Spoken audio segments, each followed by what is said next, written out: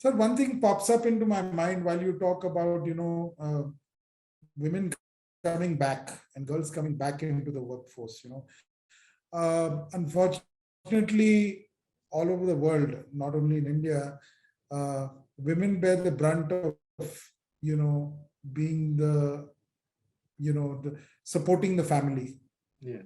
First of all, having the children, getting pregnant, having the children, and then taking them through almost 8 to 10 years of school, and they are unfortunately giving up their jobs and their careers, which could be in most households more lucrative than the man's career. Okay, what do you think, as a community, as a generation, as a race, we should do uh, to bring back women into the mainstream workforce after they have given us our family?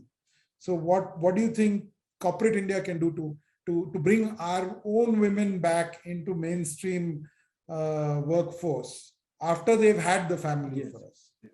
I think that is a very kind of relevant question, because it is sad to observe. I mean, we all have seen that data where the woman labor participation rate has been declining in India. I mean, generally when the country is developing, it has been seen all over the world, in the last century, that as the country developed, there was one woman participating in the labor workforce. But unfortunately, India from 33 to 27 to even lesser now, it is, which is very, very, I would say it's shocking also, because I would imagine that it would have been going up. But unfortunately, it has been going down.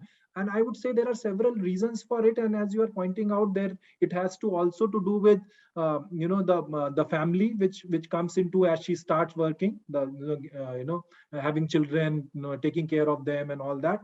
And then the opportunity of getting back into the workforce, because many women actually have to drop not only for that 6 9 months of pregnancy, but women take breaks of 1 year, 2 years, or 3 years also. So getting them back into that is also very, very important, because and we have tried to analyze it. I think one of the things is that the support structures that the women need when they are working, in the regular way also, I would say. I mean, we'll come to the childbearing part and post pregnancy and post child rearing also, have to be built up more, because women, as you have pointed out, have to do household chores, then they have to come to the office, then they go back, then again they have to cook meals and all that.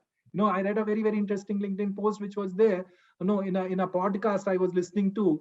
So in a millennial couple, basically the woman is saying that, for us it is the same in terms of job. I also do a job, my husband is also in that, but my day starts 1.5 hours before my husband wakes up. And similarly, when we come back, he sits on the couch and watches TV while I go to the kitchen and cook. I mean, and she was not any sense of feeling very offensive, or very this thing about it. And this is what happens generally.